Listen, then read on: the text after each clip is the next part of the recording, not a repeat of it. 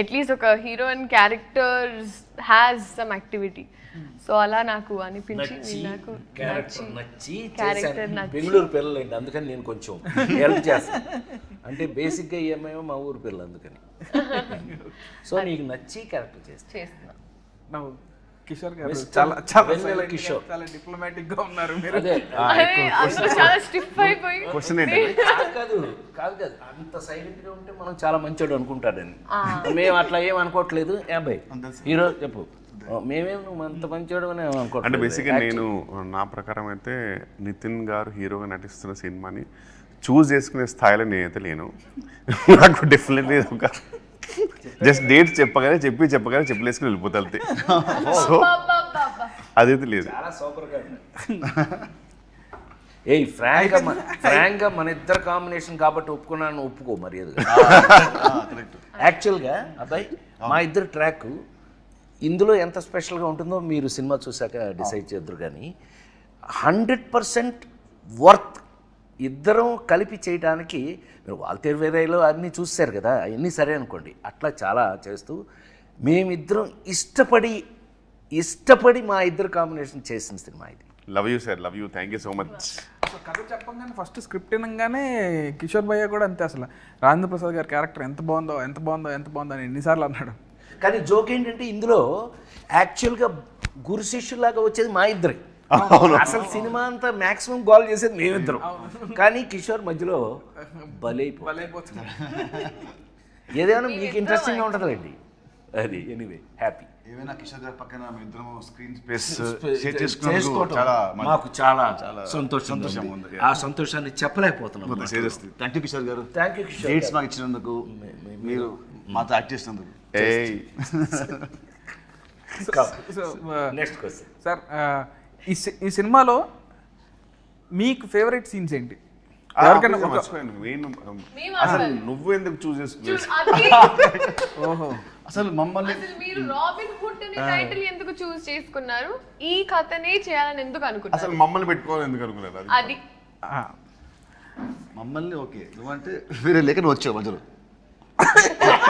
మేము ఓకే, నేను అప్పటికి మ్యారేజ్ చేస్తున్నాను కదా తెలుసు. ఎనీవే సో ఇప్పుడు నాన్నకు ప్రేమతో లాగా నాన్న నన్ను ఎప్పుడు వెంటాడే ఎమోషన్ లాగా ఇక్కడ అన్న నన్ను వెంటాడే ఎమోషన్ అన్నట్టు. సో ఈ సినిమా అనుకున్నప్పుడే, అంటే నేను 2-3 సినిమాలు అనుకున్నాను, ఎక్కడో సెట్ అవ్వలేదు. సెట్ అవునప్పుడు ఇక నితిన్ అన్న దగ్గరికి వచ్చి, అన్న ఇట్లా రాబిన్ హుడ్ అనే కథ ఉంది చేద్దామన్నానంటే, ఫస్ట్ పాపం ఎనీ డే అసలు ఫస్ట్ ఆఫ్ ఆల్ నువ్వు కథ పట్టరా నేను సినిమా చేస్తా అనడానికి ఎనీ డే థమ్స్అప్ పెట్టే మనిషి నాకు. సో అదే అసలు మేము ఇద్దరం డిసైడ్ అయ్యి కథ డిస్కస్ చేసి అలా స్టార్ట్ చేద్దామని కూడా అనుకోలేదు. అది ఇక ప్యూర్ లవ్ అనమాట. తర్వాత స్క్రిప్ట్ ఫస్ట్ సినిమా ఓకే అని అనుకున్న తర్వాత స్క్రిప్ట్ మాట్లాడుకుంటాం అనమాట. సో ఇంకా రాజేంద్ర ప్రసాద్ గారు అయితే ఫస్ట్ టైం నాకు చిన్నప్పటి నుంచి రాజేంద్ర ప్రసాద్ గారి సినిమాలు అంటే బాగా ఇష్టం. అండ్ మా నాన్నగారు ప్రతి సినిమాకి తీసుకెళ్ళేవాళ్ళు ఆయన సినిమాకి. సో సార్తో వర్క్ చేద్దామని ఎప్పటి నుంచో కూడా అనుకున్నాను. నాకు ఆయన అంటే బాగా ఇష్టం అనమాట. సో నాకు ఎప్పుడో సార్ మీరు జులై క్యారెక్టర్ నాకు బాగా ఇష్టం సార్. అసలు జులై సినిమాలో క్యారెక్టర్ చాలా బాగా ఇష్టం నాకు. ఎప్పటి నుంచి ఏంటంటే నేను మీతో వర్క్ చేద్దామని అనుకున్నప్పుడు అలాంటి క్యారెక్టర్ రాయాలి, ఆ రేంజ్ ఫన్ ఉండాలి అనే ఫీలింగ్ ఎప్పటి నుంచో ఉంది సార్. సో ఆ తర్వాత మీరు అలాంటి క్యారెక్టర్లు ఎక్కడో చేయలేదు. సో నేను పర్సనల్గా మిమ్మల్ని క్యారెక్టర్ చేసాం. అవును సార్, అవును. జులై తర్వాత నాన్నకు ప్రేమతో, అవును sir, Srimanthudu, son of Satyamurthy, F2, కల్కి, ఇలా వేరే టైప్ చేశాను. కానీ ఇలా మాత్రం చేయదు. ఈ జోన్లో రాద్దాం అండ్ మిమ్మల్ని చేసినప్పుడు ది బెస్ట్ ఉండాలని దాంతో రాసుకున్నాను సార్ నేనైతే. సో అసలు మిమ్మల్ని ఫస్ట్ అప్రోచ్ అయినప్పుడే చాలా భయంగా ఉండింది నాకు. అసలు అమ్మ రాజేంద్ర ప్రసాద్ గారు ఎలా ట్రీట్ చేస్తారు ఏంటని.